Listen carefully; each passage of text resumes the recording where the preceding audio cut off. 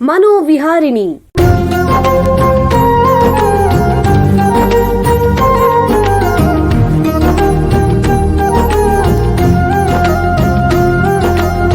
ಬೆಂಗಳೂರಿನ ನಿಮ್ಹಾನ್ಸ್ ವತಿಯಿಂದ ಮಾನಸಿಕ ಆರೋಗ್ಯ ಮತ್ತು ನರವಿಜ್ಞಾನ ಕುರಿತ ಪ್ರಾಯೋಜಿತ ಶಿಕ್ಷಣ ಮಾಲಿಕೆ. ಸಹಯೋಗ ಡಾಕ್ಟರ್ ರಾಮಚಂದ್ರ ಎನ್ ಮೂರ್ತಿ, ಮಾನಸಿಕ ಆರೋಗ್ಯ ಮತ್ತು ನರವಿಜ್ಞಾನ ಪ್ರತಿಷ್ಠಾನ, ನಿಮ್ಹಾನ್ಸ್. ಕೇಳಿ ಮಾನಸಿಕ ಆರೋಗ್ಯ ಮತ್ತು ನರವಿಜ್ಞಾನ ಕುರಿತ ಮಾಲಿಕೆ ಮನೋವಿಹಾರಿಣಿ. ನಮಸ್ಕಾರ ಶ್ರೋತೃಗಳೇ, ನಿಮಗೆಲ್ಲರಿಗೂ ಮನೋವಿಹಾರಿಣಿ ಶಿಕ್ಷಣ ಮಾಲಿಕೆ ಈ ಸಂಚಿಕೆಗೆ ಆತ್ಮೀಯ ಸ್ವಾಗತ. ಹಿಂದಿನ ಸಂಚಿಕೆಯಲ್ಲಿ ಮಕ್ಕಳಲ್ಲಿ ಕಂಡುಬರುವಂತಹ ಸಂವಹನ ತೊಂದರೆಗಳು ಅಂದರೆ ಕಮ್ಯುನಿಕೇಷನ್ ಡಿಫಿಕಲ್ಟೀಸ್ ಬಗ್ಗೆ ಮಾಹಿತಿ ತಿಳ್ಕೊಂಡ್ವಿ. ಇವತ್ತು ಅದನ್ನು ಮುಂದುವರಿಸ್ತಾ ವಯಸ್ಕರಲ್ಲಿ ಕಂಡುಬರುವಂತಹ ಸಂವಹನ ಸಮಸ್ಯೆಗಳ ಬಗ್ಗೆ ಮಾಹಿತಿ ಪಡ್ಕೊಳ್ಳೋಣ. ಮಾನವರ ನಡುವೆ ಸಂವಹನ ಅನ್ನೋದು ಬಹಳ ಮಹತ್ವದ್ದು. ಇಲ್ಲಿ ಸಂವಹನ ಅಂದ್ರೆ ಕೇವಲ ಮಾತಾಡೋದು ಮಾತ್ರ ಅಲ್ಲ, ಪದಗಳನ್ನು ಕೇಳಿಸ್ಕೊಳ್ಳೋದು, ಅರ್ಥ ಮಾಡ್ಕೊಳ್ಳೋದು, ತಮ್ಮ ಅಗತ್ಯಗಳನ್ನ ಭಾವನೆಗಳನ್ನ ವ್ಯಕ್ತಪಡಿಸೋದು, ಇತರರೊಡನೆ ಸಂಪರ್ಕ ಸಾಧಿಸೋದು ಇತ್ಯಾದಿ. ಇವೆಲ್ಲ ಸರ್ವೇ ಸಾಮಾನ್ಯವಾಗಿ ಎಲ್ರಿಗೂ ಬರುತ್ತೆ ಅನ್ನೋದು ಜನರಲ್ ಭಾವನೆ. ಆದರೆ ಕೆಲವು ಸಂದರ್ಭಗಳಲ್ಲಿ ಸಂವಹನ ಸಮಸ್ಯೆಗಳು ಆಗಬಹುದು. ಮಕ್ಕಳಲ್ಲಿ ವಿವಿಧ ಕಾರಣಗಳಿಂದ ಸಂವಹನ ಸಮಸ್ಯೆ ಉಂಟಾದರೆ ಅದರ ಲಕ್ಷಣಗಳೇನು, ಯಾರನ್ನು ಸಂಪರ್ಕಿಸಬೇಕು, ಚಿಕಿತ್ಸೆಗಳೇನು ಇತ್ಯಾದಿ ಬಗ್ಗೆ ಹಿಂದಿನ ಸಂಚಿಕೆಯಲ್ಲಿ ತಜ್ಞರು ವಿವರವಾಗಿ ತಿಳಿಸಿದರು. ಅದೇ ರೀತಿ ಕೆಲವೊಮ್ಮೆ ನರಮಂಡಲ ಮತ್ತು ಆನುವಂಶಿಕ ಕಾಯಿಲೆಗಳಿಂದ ವಯಸ್ಕರಲ್ಲಿ ಕೂಡ ಸಂವಹನ ಸಮಸ್ಯೆ ಆಗಬಹುದು. ನರಮಂಡಲದ ಕಾಯಿಲೆಗಳು ಅಂದರೆ ನಾವು ಸಾಧಾರಣವಾಗಿ ರೋಗಿಗಳಿಗೆ ಚಲನೆ, ನೆನಪಿನ ಶಕ್ತಿ, ತಮ್ಮ ಕೆಲಸಗಳನ್ನು ತಾವೇ ಮಾಡಿಕೊಳ್ಳೋ ಸಾಮರ್ಥ್ಯಗಳ ಮೇಲೆ ಪ್ರಭಾವ ಬೀಳುತ್ತೆ ಅಂತ ಅನ್ಕೋತೀವಿ. ಅದರ ಮೇಲೇನೆ ನಮ್ಮ ಗಮನ ಹೋಗುತ್ತೆ. ಆದರೆ ಅಂತಹ ರೋಗಿಗಳಲ್ಲಿ ಸಂವಹನ ಸಮಸ್ಯೆ ಉಂಟಾದರೆ ಅದರ ಪ್ರಭಾವ ಕೂಡ ಅವರ ಜೀವನದ ಮೇಲೆ, ದಿನಚರಿ ಮೇಲೆ ಅಷ್ಟೇ ತೀವ್ರವಾಗಿ ಆಗಬಹುದು. ಸರಿಯಾದ ಪದಗಳನ್ನು ಬಳಸೋದಕ್ಕೆ ಕಷ್ಟವಾಗಬಹುದು, ಅಥವಾ ಮಾತಾಡೋದಕ್ಕೆ ಸ್ಪಷ್ಟತೆ ಇಲ್ಲದೆ ಇರಬಹುದು, ಧ್ವನಿಯಲ್ಲಿ ಏರುಪೇರಾಗಬಹುದು, ಮಾತು ಇತ್ಯಾದಿಗಳು ಅರ್ಥವಾಗದೇ ಇರಬಹುದು. ಇವೆಲ್ಲ ರೋಗಿಗಳಿಗೆ ಒಂದು ಸವಾಲಾಗಬಹುದು. ಅವರ ಸಾಮಾಜಿಕ ಜೀವನದ ಮೇಲೂ ಪರಿಣಾಮ ಬೀರಬಹುದು. ಅವರ ಕುಟುಂಬದವರಿಗೂ ಆರೈಕೆದಾರರಿಗೂ ಕೂಡ ಸಮಸ್ಯೆ ಆಗಬಹುದು. ಈ ವಿಷಯದಲ್ಲಿ ಇವತ್ತು ತಜ್ಞರ ಹತ್ತಿರ ಹೆಚ್ಚಿನ ಮಾಹಿತಿ ಪಡ್ಕೊಳ್ಳೋಣ. ವಾಕ್ ಮತ್ತು ಶ್ರವಣ ಕ್ಷೇತ್ರದಲ್ಲಿ ಸುಮಾರು 35 ವರ್ಷಗಳಿಂದ ವೈದ್ಯಕೀಯ ಸೇವೆ ಮತ್ತು ಸಂಶೋಧನೆ ಮಾಡ್ತಾ ಇರುವಂತಹ ನಿಮ್ಹಾನ್ಸ್ನ ಸ್ಪೀಚ್ ಪೆಥಾಲಜಿ ಅಂಡ್ ಆಡಿಯಾಲಜಿ ವಿಭಾಗದ ಪ್ರಾಧ್ಯಾಪಕರಾಗಿರೋ ಡಾಕ್ಟರ್ BK ಯಾಮಿನಿ ಅವರು ನಮ್ಮ ಜೊತೆ ಇದ್ದಾರೆ. ಅವರನ್ನು ಸ್ವಾಗತಿಸೋಣ. ನಮಸ್ಕಾರ ಡಾಕ್ಟರ್ ಯಾಮಿನಿ ಅವರೇ. ನಮಸ್ಕಾರ. ನಿಮಗೆ ಈ ಕಾರ್ಯಕ್ರಮಕ್ಕೆ ಸ್ವಾಗತ. ಡಾಕ್ಟರ್ ಯಾಮಿನಿ ಅವರೇ, ವಯಸ್ಕರಲ್ಲಿ ಸಂವಹನ ತೊಂದರೆಗಳು ಅಂದ್ರೆ ಕಮ್ಯುನಿಕೇಷನ್ ಡಿಫಿಕಲ್ಟೀಸ್ ಅಂತಂದ್ರೆ ಏನು, ದಯವಿಟ್ಟು ತಿಳಿಸಿ. ಈ ಒಂದು ಸಂವಹನ ಕ್ರಿಯೆಯಲ್ಲಿ ತೊಂದರೆಗಳು ಅಂತ ಹೇಳ್ತೀವಲ್ಲ, ಸೊ ಇದರಲ್ಲಿ ಮಾತಾಡಕ್ ತೊಂದರೆ ಆಗತ್ತೆ, ಅಥವಾ ಮಾತು ಅರ್ಥ ಆಗಕ್ ತೊಂದರೆ ಆಗ್ಬೋದು, ಕೈ ಸನ್ನೆ ಮಾಡಕ್ ತೊಂದರೆ ಆಗ್ಬೋದು. ಅಂದ್ರೆ ಫಿಸಿಕಲ್ ಡಿಸಬಿಲಿಟಿ ಏನು ಇರಲ್ಲ, ಆದ್ರೆ ಅವ್ರಿಗೆ ಹೇಗೆ ಸನ್ನೆ ಮಾಡ್ಬೇಕು ಅಂತ ಗೊತ್ತಿರಲ್ಲ, ಆ ತರ. ಮತ್ತೆ ಯಾರಾದ್ರೂ ಕೈ ಸನ್ನೆಗಳು ಮಾಡಿದ್ರೆ, ಇವಾಗ ನಾವು ಬನ್ನಿ ಅಂತ ಹೇಳ್ತೀವಿ, ಕೂತ್ಕೊಳ್ಳಿ ಇದನ್ನ ತೋರಿಸ್ತೀವಿ, ಎಲ್ಲ ಒಂದ್ 4-5 ಸನ್ನೆಗಳು ನಾವು ಮಾತಾಡಿದಾಗ ಉಪಯೋಗಿಸ್ತೀವಲ್ಲ, ಕೆಲವು ಸಲ ಅದು ಅರ್ಥ ಆಗದೆ ಇರ್ಬೋದು. ಅವರು ಉಪಯೋಗಿಸಕ್ಕೂ ಆಗೋದಿಲ್ಲ, ಅರ್ಥನೂ ಆಗಲ್ಲ.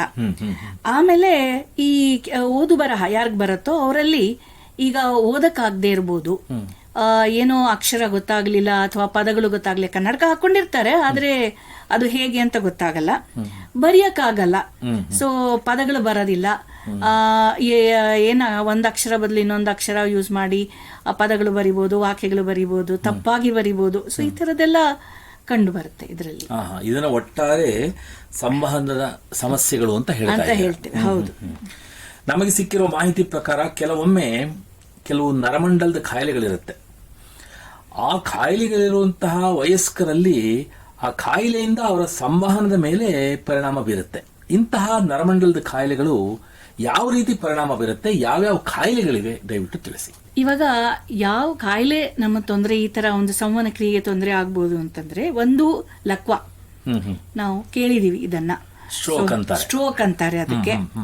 ಅಥವಾ ಒಂದು ಅಪಘಾತ ಗಾಯ, ಸೊ ಹೆಡ್ ಇಂಜುರಿ, ತಲೆ ಮಿದುಳು ಪೆಟ್ಟ ಆಗಿರ್ಬೋದು ಅವ್ರಿಗೆ, ಅಥವಾ ಒಂದು ಗೆಡ್ಡೆ ಮಿದುಳಲ್ಲಿ. ಕೆಲವರಿಗೆ ಈ ಫಿಟ್ಸ್ ಅಂತ ಬರುತ್ತೆ, ಸೊ ಮಿದುಳಲ್ಲಿ ಏನೋ ಕಾರಣಕ್ಕೆ ಬರ್ಬೋದು, ಸೊ ಹಾಗಾಗಿ ಅವ್ರ ಮಾತಲ್ಲೂ ಸಹ ವ್ಯತ್ಯಾಸಗಳು ಕಾಣ್ಬೋದು. ಅದಲ್ದೇನೆ ಈಗ ಕೆಲವು ಈಗ ನರಮಂಡಲ ಕ್ಷೀಣತೆ ಆಗ್ತಾ ಬರುತ್ತೆ, ಕೆಲವಲ್ಲಿ ಅಲ್ಝೈಮರ್ಸ್ ಅಂತ ಡಿಮೆನ್ಷಿಯಾ ಅಂದ್ರೆ ಮರು ತೊಂದರೆಯಲ್ಲಿ. ಸೊ ಅವರಲ್ಲಿ ಸಹ ಈ ಕಮ್ಯುನಿಕೇಶನ್ ಪ್ರಾಬ್ಲಮ್ಸ್ ಇರುತ್ತೆ. ಆಮೇಲೆ ಪಾರ್ಕಿನ್ಸನ್ಸ್ ಡಿಸೀಸ್ ಅಂತ ನಾವು ಕೇಳಿದೀವಿ, ಮೋಟರ್ ನ್ಯೂರಾನ್ ಡಿಸೀಸ್ ಅಂತ ಕೇಳಿದೀವಿ. ಸೊ ಈ ತರದೆಲ್ಲ ಈ ತರ ತೊಂದರೆಗಳಲ್ಲಿ ನಾವು ಸಂವಹನ ಕ್ರಿಯೆಯ ತೊಂದರೆಗಳನ್ನ ಕಂಡು ಬರ್ಬೋದು. ಬಹಳ ಉಪಯುಕ್ತ ಮಾಹಿತಿ ನೀಡಿದ್ದೀರಾ. ಈಗ ಒಂದು ಸಣ್ಣ ವಿರಾಮ ತಗೊಳ್ಳೋಣ. ನಂತರ ನರಮಂಡಲದ ಕಾಯಿಲೆ ಇರುವಂತಹ ವಯಸ್ಕರಲ್ಲಿ ಸಂವಹನ ಸಮಸ್ಯೆ ಬಗ್ಗೆ ಚರ್ಚೆನ ಮುಂದುವರಿಸೋಣ. ಬೆಂಗಳೂರಿನ ನಿಮ್ಹಾನ್ಸ್ ಮಾನಸಿಕ ಆರೋಗ್ಯ ಮತ್ತು ನರವಿಜ್ಞಾನ ಕ್ಷೇತ್ರದಲ್ಲಿ ಹೆಸರುವಾಸಿ. ಶ್ರೇಷ್ಠ ಮಟ್ಟದ ಔಷಧೋಪಚಾರ, ಸಂಶೋಧನೆ ಮತ್ತು ತರಬೇತಿ ಇವೇ ನಿಮ್ಹಾನ್ಸ್ನ ಪ್ರಮುಖ ಧ್ಯೇಯಗಳು. ದೇಶದ ವಿವಿಧ ಭಾಗಗಳಿಂದ ಬರುವ ಲಕ್ಷಾಂತರ ಜನರಿಗೆ ಚಿಕಿತ್ಸೆ ನೀಡುವ ನಿಮ್ಹಾನ್ಸ್ಗೆ ರಾಷ್ಟ್ರೀಯ ಪ್ರಾಮುಖ್ಯತಾ ಸಂಸ್ಥೆ ಎಂಬ ಗೌರವ. ಚಿಕಿತ್ಸೆ ಮತ್ತು ವೈದ್ಯಕೀಯ ಸೇವೆಗಳ ಜೊತೆಯಲ್ಲಿ ನರರೋಗ ಮತ್ತು ಮನೋವೈದ್ಯಕೀಯ ಪುನರ್ವಸತಿ ಸೇವೆಗಳು, ಸಮುದಾಯ ಮಟ್ಟದ ಆರೋಗ್ಯ ಕಾರ್ಯಕ್ರಮಗಳನ್ನು ನಡೆಸುವುದು ಹಾಗೂ ಜನಜಾಗೃತಿ ಮೂಡಿಸುವ ಕೆಲಸಗಳಲ್ಲಿ ಸಕ್ರಿಯವಾಗಿದೆ ನಿಮ್ಹಾನ್ಸ್. ಈ ನಿಟ್ಟಿನಲ್ಲಿ ಆಕಾಶವಾಣಿಯ ಶ್ರೋತೃಗಳಿಗೆ ನರಮಂಡಲ ಮತ್ತು ಮಾನಸಿಕ ಆರೋಗ್ಯದ ಬಗ್ಗೆ ಉಪಯುಕ್ತ ಮಾಹಿತಿ ನೀಡುವುದೇ ಡಾಕ್ಟರ್ ರಾಮಚಂದ್ರ ಎನ್ ಮೂರ್ತಿ ಮಾನಸಿಕ ಆರೋಗ್ಯ ಮತ್ತು ನರವಿಜ್ಞಾನ ಪ್ರತಿಷ್ಠಾನ ನಿಮ್ಹಾನ್ಸ್ನ ಸಹಯೋಗದೊಂದಿಗೆ ಮೂಡಿಬರುತ್ತಿರುವ ಈ ಮನೋವಿಹಾರಿಣಿ ಶಿಕ್ಷಣ ಮಾಲಿಕೆಯ ಮೂಲ ಉದ್ದೇಶ. ವಿರಾಮದ ನಂತರ ಮನೋವಿಹಾರಣಿ ಈ ಸಂಚಿಕೆಗೆ ನಿಮಗೆಲ್ಲರಿಗೂ ಮತ್ತೊಮ್ಮೆ ಸ್ವಾಗತ. ವಿರಾಮಕ್ಕೆ ಮುಂಚೆ ನರಮಂಡಲದ ಕಾಯಿಲೆ ಇರುವಂತಹ ವಯಸ್ಕರಲ್ಲಿ ಸಂವಹನ ಸಮಸ್ಯೆಗಳ ಬಗ್ಗೆ ನಿಮ್ಹಾನ್ಸ್ನ ತಜ್ಞರಾದ ಡಾಕ್ಟರ್ BK ಯಾಮಿನಿ ಅವರ ಹತ್ರ ಮಾತಾಡ್ತಾ ಇದ್ವಿ. ಈಗ ಈ ಚರ್ಚೆನ ಮುಂದುವರಿಸೋಣ. ಡಾಕ್ಟ್ರೇ, ವಯಸ್ಕರಲ್ಲಿ ಸಂವಹನ ತೊಂದರೆ ಆಗತ್ತೆ ಅಂತ ಹೇಳಿದ್ರೆ ಅದರ ಆರಂಭಿಕ ಚಿಹ್ನೆಗಳು ಅಂದ್ರೆ ಅರ್ಲಿ ಸೈನ್ಸ್ ಯಾವ್ದಿರುತ್ತೆ, ದಯವಿಟ್ಟು ತಿಳಿಸಿ. ಇವರಲ್ಲಿ ಕೆಲವು ಸಲ ಕಿವಿ ಕೇಳಿಸತ್ತೆ, ಆದ್ರೆ ಮಾತು ಅರ್ಥ ಆಗದೆ ಇರ್ಬೋದು. ಇನ್ನೊಂದು, ಅವ್ರ ಮಾತು ತುಂಬಾ ಜೋರಾಗಿ ಮಾತಾಡಕ್ಕಾಗಲ್ಲ. ಕ್ರಮೇಣ ಏನೋ ಅವರು ತೀವ್ರತೆ ಕಡಿಮೆ ಆಗಿ ಅವ್ರು ಮಾತಾಡ್ತಾರೆ. ಸ್ಪಷ್ಟತೆ ಚೆನ್ನಾಗಿ ಮಾತಾಡ್ತಾ ಇದ್ರು, ಏನೋ ಸ್ವಲ್ಪ ಕೆಲವು ಈಗ ರಟ ಈ ತರ ಅಕ್ಷರಗಳಲ್ಲಿ ಅಥವಾ ಬೇಗ ಮಾತಾಡಿದಾಗ ಈ ಸ್ಪಷ್ಟತೆ ನಾವು ಅದರಲ್ಲಿ ವ್ಯತ್ಯಾಸಗಳು ಕಾಣುತ್ತೆ. ಆಮೇಲೆ ಕೆಲವು ಸಲ ಈ ಮೂಗಲಿ ಏನೋ ಮಾತಾಡ್ದಂಗೆ ಇರುತ್ತೆ. ಸೊ ನೇಸಲ್ ಟ್ವಾಂಗ್ ಅಂತ ಹೇಳ್ತೀವಲ್ಲ, ಅದೇನೋ ಒಂದ್ ಕಡೆ ಶುರು ಆಗಿರ್ಬೋದು ಕೆಲವರಿಗೆ. ಅಥವಾ ಈ ಕೆಲವರು ಈಗ ನಾವು ಸಂವಹನ ಕ್ರಿಯೆ ಅಂದಾಗ ಎಲ್ಲರೂ ಒಂದು ಧಾರಾವಾಹಿ ಕತೆ ಹೇಳ್ಬೋದು, ಏನೋ ಒಂದು ಘಟನೆ ಅದ್ರ ಬಗ್ಗೆ ಚರ್ಚೆ ಮಾಡಬಹುದು. ಸೊ ಇದನ್ನ ಮುಂಚೆ ವ್ಯಕ್ತಿ ಚೆನ್ನಾಗಿ ಮಾತಾಡೋರು ಅದು ಇವಾಗ ಕ್ರಮೇಣ ಕಡಿಮೆ ಆಗ್ತಾ ಬರುತ್ತೆ. ಅಥವಾ ಈಗ ಒಂದು ವಾದ ವಿವಾದಗಳಲ್ಲಿ ಎಷ್ಟೋ ವಿಷಯಗಳು ಮಾತಾಡ್ತೀವಿ. ಈಗ ಎಜುಕೇಶನ್ ಬಗ್ಗೆ ಮಾತಾಡ್ತೀವಿ, ಸಿವಿಕ್ ಸೆನ್ಸ್ ಬಗ್ಗೆ ಮಾತಾಡ್ತೀವಿ. ಸೊ ಅದರಲ್ಲೂ ಸಹ ಅವ್ರ ಕಡೆಯಿಂದ ಕಾಂಟ್ರಿಬ್ಯೂಷನ್ ಸುಮಾರು ಕಡಿಮೆ ಆಗ್ತಾ ಬರ್ಬೋದು. ಸೊ ಇದೆಲ್ಲ ನಾವು ಇದು ಸಾಮಾನ್ಯವಾಗಿ ಬೇರೆಯವ್ರಿಗೆ ಜಾಸ್ತಿ ಗೊತ್ತಾಗತ್ತೆ, ಯಾರ ಜೊತೆ ಇವರು ಮಿಕ್ಸ್ ಆಗ್ತಾರೋ ಅವ್ರು ಹೇಳ್ಬೋದು ಅಥವಾ ಮನೆಯವ್ರು ಹೇಳ್ಬೋದು. ಅದ್ ಅಲ್ದೇನೆ ಇವಾಗ ನಾನು ಹೇಳಿದ್ನಲ್ಲ ಲಿಟ್ರೇಟ್, ಸೊ ಓದು ಬರಹ, ಅವರಲ್ಲಿ ಏನಾಗತ್ತೆ ಅಂದ್ರೆ ಬರೆಯೋದ್ರಲ್ಲಿ ಕಂಟಿನ್ಯೂಟಿ ಇರಲ್ಲ. 2 ವಾಕ್ಯ ಬರೀತಾರೆ ಶುರು ಆ ಒಂದು ಪರ್ಟಿಕ್ಯುಲರ್ ವಿಷಯ, ಅದಾದ್ಮೇಲೆ ಬೇರೆ ಏನೋ ಬರೀತಾರೆ ಮಧ್ಯ. ಸೊ ಈ ತರದ್ದು ಸಣ್ಣ ಪುಟ್ಟದ್ದು ವ್ಯತ್ಯಾಸಗಳು ಗೊತ್ತಾಗತ್ತೆ ಪದಗಳಲ್ಲಿ. ಆಮೇಲೆ ಏನಾದ್ರೂ ಒಂದು ಈಗ ನ್ಯೂಸ್ ಪೇಪರ್ ಓದ್ತಾ ಅಥವಾ ಒಂದು ವಿಷಯ ಓದ್ತಾ ಅದರಲ್ಲಿ ಅವ್ರಿಗೆ ಅರ್ಥ ಆಗದೆ ಇರಬಹುದು. ಸೊ ರೀಡಿಂಗ್ ಕಾಂಪ್ರಿಹೆನ್ಷನ್, ಸೊ ಅದರಲ್ಲಿ ಅರ್ಥ ಆಗೋ ತೊಂದರೆ. ಸೊ ಇದೆಲ್ಲ ಸುಮಾರು ಸ್ಲೋ ಆಗಿ ಕಾಣ್ತಾ ಬರುತ್ತೆ. ಹಾಸ್ಯ ಅರ್ಥ ಆಗದೆ ಇರ್ಬೋದು, ಗಾದೆ ಮಾತುಗಳು. ಈಗ ಮಾತಲ್ಲಿ ಸುಮಾರು ಎಷ್ಟು ಜನ ನಾವು ಗಾದೆ ಮಾತು ಉಪಯೋಗಿಸ್ತೀವಲ್ಲ, ಸೊ ಆ ಗಾದೆ ಮಾತು ಹೇಳಿದಾಗ ಅವ್ರಿಗೆ ಆ ಲಿಂಕ್ ಮಾಡಿ ಅರ್ಥ ಆಗದೆ ಇರ್ಬೋದು ಇನಿಷಿಯಲಿ. ಸೊ ಈ ತರದೆಲ್ಲ ಕಂಡು ಬರುತ್ತೆ ನಮಗೆ. ಅಂದ್ರೆ ಈ ರೀತಿ ಸಂವಹನ ತೊಂದರೆಗಳು ವಯಸ್ಕರ ಶಿಕ್ಷಣ, ಉದ್ಯೋಗ ಮತ್ತು ಸಾಮಾಜಿಕ ಸಂಬಂಧಗಳ ಮೇಲೆ ಹೇಗೆ ಪರಿಣಾಮ ಬೀರುತ್ತೆ? ಈಗ ಒಂದು ವ್ಯಕ್ತಿ ಓದ್ತಿದ್ದಾರೆ, ಅವರು ಧ್ವನಿ ಪೆಟ್ಟಿಗೆನಲ್ಲಿ ಒಂದೊಂದ್ಸಲ ವೋಕಲ್ ಕಾರ್ಡ್ ಪ್ಯಾಲ್ಸಿ ಅಂತ ಹೇಳ್ತೀವಿ. ಸೊ ನರಮಂಡಲದಲ್ಲಿ ತೊಂದರೆ ಆಗಿ ಅವ್ರಿಗೆ ಒಂದು ಕಡೆ ಈ ಧ್ವನಿ ಪೆಟ್ಟಿಗೆಯ ತಂತಿ ಕೆಲಸ ಮಾಡದೇ ಇರ್ಬೋದು. ಸೊ ಅವಾಗ ಏನಾಗುತ್ತೆ, ಧ್ವನಿ ತುಂಬಾನೇ ವ್ಯತ್ಯಾಸಗಳಾಗುತ್ತೆ. ಸೊ ತುಂಬಾ ಹೊತ್ತು ಮಾತಾಡಕ್ಕಾಗಲ್ಲ, ಒಂದೊಂದ್ ತುಂಬಾ ಮೆಲ್ಲಿಗಿರುತ್ತೆ ಅವ್ರಿಗೆ. ಸೊ ಮೇಲುಸಿರು ತರ ಕಾಣುತ್ತೆ. ಸೊ ಮಾತಾಡಿದಾಗ ಈ ತರ ಎಲ್ಲ ಲಕ್ಷಣಗಳಿರುತ್ತೆ. ಸೊ ಆವಾಗ ಏನಾಗುತ್ತೆ, ಅವರು ತನ್ನ ಒಂದು ಇದು ಪ್ರೆಸೆಂಟೇಷನ್ ಕ್ಲಾಸ್ ಅಲ್ಲಿ ಮಾಡ್ಲಿಕ್ಕಾಗಲ್ಲ. ಸೊ ಖಂಡಿತ ಪರಿಣಾಮ ಇರುತ್ತೆ. ಸೊ ಇದಲ್ದೇ ಇದೇ ತರ ಮಿದುಳಿಗೆ ತೊಂದರೆ ಅಥವಾ ಸ್ಟ್ರೋಕ್ ಆಗಿ ನಂತರ ಅವರು ಎಜುಕೇಶನ್ ಮುಂದುವರ್ಸಕ್ ಆಗಲ್ಲ ಅವರಿಗೆ. ಇನಿಷಿಯಲಿ 3 ತಿಂಗಳು 6 ತಿಂಗಳು 1 ವರ್ಷ, ಸೊ ಈ ತರದೆಲ್ಲ ತೊಂದರೆ ಕಂಡು ಬರುತ್ತೆ. ಕೆಲಸದಲ್ಲಿ ಧ್ವನಿಪೆಟ್ಟಿಗೆಯಲ್ಲಿ ಈ ನರದೋಷದಿಂದ ಅದು ಅಕಸ್ಮಾತ್ ವೋಕಲ್ ಕಾರ್ಡ್ ಪ್ಯಾಲ್ಸಿ ಆದಾಗ ಅವರು ಮ್ಯೂಸಿಕ್ ಟೀಚರೇ ಇರ್ಬೋದು ಅಥವಾ ರೆಗ್ಯುಲರ್ ಟೀಚರ್ ಇರ್ಬೋದು. ಸೊ ಅವ್ರಿಗೆ ವಾಯ್ಸ್ ತುಂಬಾ ಮುಖ್ಯ. 4 ಗಂಟೆ ಹೊತ್ತು ಪಾಠ ಮಾಡಬೇಕು ಅಂದ್ರೆ ಅವ್ರಿಗೆ ಆಗೋದಿಲ್ಲ ಈ ತೊಂದರೆಯಿಂದ. ಸೊ ಈ ತರ ಆಗ್ಬೋದು. ಸಾಮಾನ್ಯವಾಗಿ ನಾ ಹೇಳಿದ್ನಲ್ಲ ಮುಂಚೆನೆ, ಕೂತ್ಕೊಂಡು ಮಾತಾಡ್ತಿರ್ತೀವಿ 2-3 ಜನ. ಸೊ ಅದರಲ್ಲಿ ಆ ವ್ಯಕ್ತಿಗೆ ಅಕಸ್ಮಾತ್ ಈ ನರ ಕ್ಷೀಣತೆ ಆಗಿ ಜಾಸ್ತಿ ವಿಷಯಗಳನ್ನ ಮಾತಾಡಕ್ ಆಗ್ಲಿಲ್ಲ ಅಂದಾಗ, ಸೊ ಅವ್ರಿಗೆ ನೆನಪಿರಲ್ಲ, ಮಾತಾಡಲ್ಲ, ಆ ತರ ಇರ್ಬೋದು. ಅಥವಾ ಸ್ಪಷ್ಟತೆ ಜಾಸ್ತಿ ಇಲ್ಲ ಅಂದಾಗ ಇನ್ನೊಂದು ವ್ಯಕ್ತಿ ಅವ್ರ ಜೊತೆ ಸ್ವಲ್ಪ ಮಾತನಾಡುವುದು ಕಡಿಮೆ ಮಾಡ್ತಾರೆ. ಸಹಜ. ಆ ಒಂದು ಸೋಷಿಯಲ್ ರಿಲೇಶನ್ಶಿಪ್ ಅಲ್ಲಿ ಸ್ವಲ್ಪ ವ್ಯತ್ಯಾಸಗಳಾಗ್ಬೋದು. ಈ ರೀತಿ ನರಮಂಡಲದ ಕಾಯಿಲೆಯಿಂದ ಸಂವಹನ ತೊಂದರೆ ಆಗಿರುವಂತಹ ರೋಗಿಗಳು ಮತ್ತೆ ಅವರ ಸಂಬಂಧಿಕರು ಸಹಾಯಕ್ಕೋಸ್ಕರ ಯಾರನ್ನ ಸಂಪರ್ಕಿಸಬೇಕು?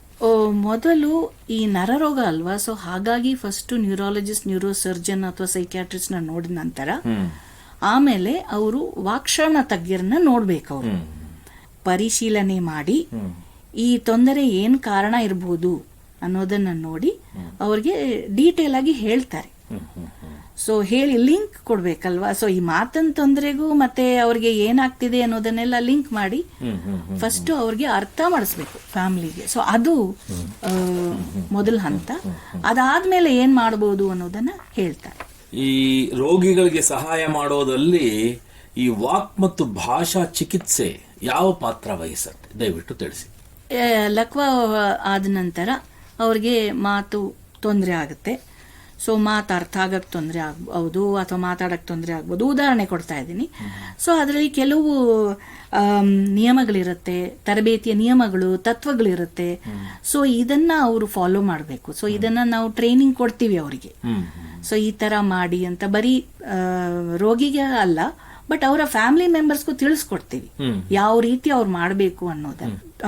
ಅದನ್ನ ಮಾಡಿ ನಂತರ ಅವರು ಮುಂದುವರಿಬಹುದು. ಇಲ್ಲದಿದ್ರೆ ಪ್ರತಿಯೊಂದು ಸಂವಹನ ಕ್ರಿಯೆ ಅಲ್ಲೇ ಅದು ಬಿಟ್ಟೋಗತ್ತೆ ಅಷ್ಟೇ, ಮುಂದುವರ್ಸಕ್ ಆಗದೇ ಇಲ್ಲ. ಆ ತರ ತೊಂದರೆ ಇದು. ಸೊ ಇದನ್ನ ನಾವು ಬರೀ ತರಬೇತಿ ನಿಯಮಗಳು ಬರೀ ವಾಕ್ಶ್ರವಣ ತಜ್ಞರ ಮುಂದೆ ಮಾಡಿ ಅಲ್ಲಿ ಮಾಡ್ಲಿಲ್ಲ ಅಂತಂದ್ರೆ ಅದರ ಪರಿಣಾಮ ಇದು ಎಫೆಕ್ಟ್ ಇರೋದಿಲ್ಲ. ಅಂದ್ರೆ ಮನೆಯಲ್ಲಿ ಇದ್ದಾಗ ಯಾವಾಗ್ಲೂ ಅವ್ರ ಜೊತೆ ಮಾತಾಡ್ಕೊಂಡು ಸಂವಹನ ಮಾಡಿದ್ರೆ ಯಾವ ರೀತಿ ಮಾತಾಡೋದು ಅನ್ನೋದು ಇದೆಯಲ್ಲ, ಅದು ತುಂಬಾ ಮುಖ್ಯ. ನಿಮ್ಮ ಪ್ರಕಾರ ಈ ಸಂವಹನ ಸಮಸ್ಯೆ ಇರುವಂತಹ ವಯಸ್ಕರು ಸರಿಯಾದ ರೀತಿಯಲ್ಲಿ ಮಾರ್ಗದರ್ಶನ ಮತ್ತೆ ಚಿಕಿತ್ಸೆ ತಗೊಂಡ್ರೆ ಸ್ವತಂತ್ರ ಮತ್ತು ಯಶಸ್ವಿ ಜೀವನ ನಡೆಸಬಹುದೇ? ಇದು ಒಂದು ಪರ್ಸೆಂಟೇಜ್ ಅಂತ ಸಾಮಾನ್ಯವಾಗಿ ಬರುತ್ತೆ. ಎಲ್ರಿಗೂ ಆಗದೆ ಇರಬಹುದು, ಕೆಲವರಿಗೆ ಆಗತ್ತೆ, ಕೆಲವರಿಗೆ ಆಗದೇ ಇಲ್ಲ. ಈಗ ನರಕ್ಷೀಣತೆ ಕಡಿಮೆ, ನರಮಂಡಲ ಕಡಿಮೆ ಆಗ್ತಾ ಬಂದಾಗ ಅದು ಮರು ತೊಂದರೆ ಜಾಸ್ತಿ ಆಗ್ತಾ ಹೋದಾಗ ಅವರು ಖಂಡಿತ ಅವರು ಸ್ವತಃ ಒಂದು ಜೀವನ ಮಾಡ್ಲಿಕ್ಕೆ ಆಗೋದೇ ಇಲ್ಲ. ಬಟ್ ಇನ್ನು ಕೆಲವರಲ್ಲಿ ಈಗ ಬರೀ ಈ ಗಂಟಲಿನ ಹೇಳದ್ನಲ್ಲ, ಧ್ವನಿಪೆಟ್ಟಿಗೆನಲ್ಲಿ ನರ ತೊಂದರೆ ಆಗಿ ಅವ್ರಿಗೆ ವಾಯ್ಸ್ ವೋಕಲ್ ಕಾರ್ಡ್ ಪ್ಯಾರಾಲಿಸಿಸ್ ಆಗಿ ನಂತರ ಧ್ವನಿ ವ್ಯತ್ಯಾಸ ಅವ್ರು ಖಂಡಿತ ಮಾಡ್ಬೋದು. ಹೇಗೆ ಅಂದ್ರೆ ಅವರು ಮಾತು ಬಿಟ್ಟು ಅವರು ಬೇರೆ ಏನಾದ್ರು ಈಗ ಡೆಸ್ಕ್ ಜಾಬ್ ತಗೋಬಹುದು. ಸೊ ಈ ತರದೆಲ್ಲ ಬೇರೆ ಕೆಲಸ ಬೇರೆ ಮಾಡ್ಬೋದು. ಬಹಳ ಉಪಯುಕ್ತ ಮಾಹಿತಿ ನೀಡಿದ್ರ. ನೋಡಿ, ನಿಮ್ಮ ಹತ್ರ ಮಾತಾಡ್ತಾ ಕಾಲ ಕಳೆದಿದ್ದೇ ಗೊತ್ತಾಗ್ಲಿಲ್ಲ. ಇಲ್ಲಿಗೆ ಈ ಸಂಚಿಕೆ ಮುಗಿಸುವಂತ ಸಮಯ ಆಗ್ತಾ ಇದೆ. ಡಾಕ್ಟರ್ ಯಾಮಿನಿ ಅವರೇ, ಎಲ್ಲ ಕೇಳುಗರಿಗೆ ನರಮಂಡಲದ ಕಾಯಿಲೆ ಇರುವಂತಹ ವಯಸ್ಕರಲ್ಲಿ ಸಂವಹನ ಸಮಸ್ಯೆ ಬಗ್ಗೆ ಉಪಯುಕ್ತ ಮಾಹಿತಿ ನೀಡಿದಿರಾ. ನಿಮಗೆ ಎಲ್ಲರ ಪರವಾಗಿ ಧನ್ಯವಾದಗಳು. ಶ್ರೋತೃಗಳೇ, ಮಾನಸಿಕ ಆರೋಗ್ಯ ಮತ್ತು ನರವಿಜ್ಞಾನದ ಬಗ್ಗೆ ಇನ್ನೂ ಹೆಚ್ಚಿನ ಮಾಹಿತಿಯೊಂದಿಗೆ ಮನೋವಿಹಾರಣೆ ಮುಂದಿನ ಸಂಚಿಕೆಯಲ್ಲಿ ಭೇಟಿಯಾಗೋಣ. ನಮಸ್ಕಾರ. ನಮಸ್ಕಾರ. ಇಲ್ಲಿಯವರೆಗೆ ಬೆಂಗಳೂರಿನ ನಿಮ್ಹಾನ್ಸ್ ವತಿಯಿಂದ ಮಾನಸಿಕ ಆರೋಗ್ಯ ಮತ್ತು ನರವಿಜ್ಞಾನ ಕುರಿತ ಪ್ರಾಯೋಜಿತ ಶಿಕ್ಷಣ ಮಾಲಿಕೆ ಮನೋವಿಹಾರಿಣಿ ಕೇಳಿದಿರಿ. ಸಹಯೋಗ ಡಾಕ್ಟರ್ ರಾಮಚಂದ್ರ ಎನ್ ಮೂರ್ತಿ, ಮಾನಸಿಕ ಆರೋಗ್ಯ ಮತ್ತು ನರವಿಜ್ಞಾನ ಪ್ರತಿಷ್ಠಾನ, ನಿಮ್ಹಾನ್ಸ್. ನೆರವು ಡಾಕ್ಟರ್ KS ಮೀನಾ, ನಿಮ್ಹಾನ್ಸ್. ಮಾನಸಿಕ ಆರೋಗ್ಯ ಶಿಕ್ಷಣ ವಿಭಾಗ, ನಿಮ್ಹಾನ್ಸ್.